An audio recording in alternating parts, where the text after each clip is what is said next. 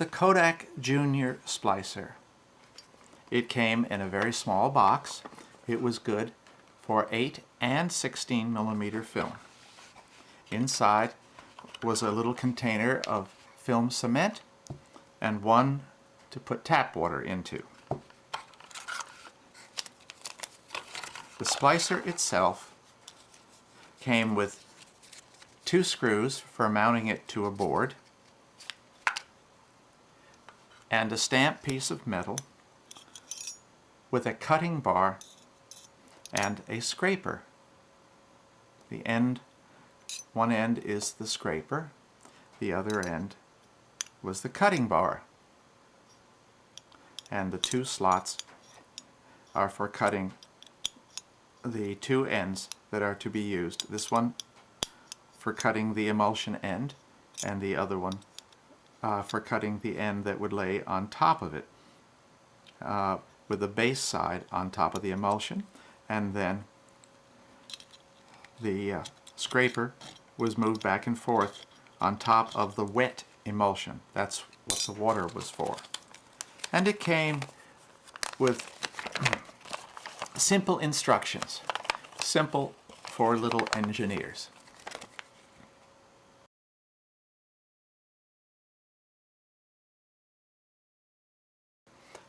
Hudson Photographic Industries made a very popular splicer with home movie enthusiasts. They made a Super 8 and an 8 millimeter splicer. They also made a 16 millimeter splicer. The splicing tabs are not available today, but Kodak press tapes can be used with either splicer. Here's the Fuji splicer. The tape that's used on the Fuji splicer is already perforated, so as you pull it up over the film, you have to set it down, and there's the end of my piece of tape.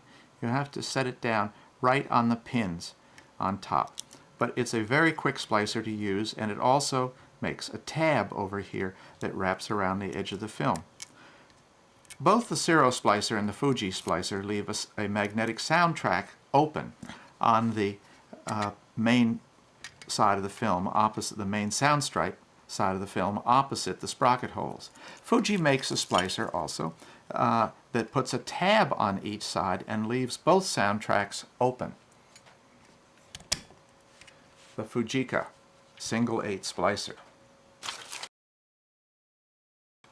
Perhaps the most popular Super 8 splicer of recent years was the Wurker splicer.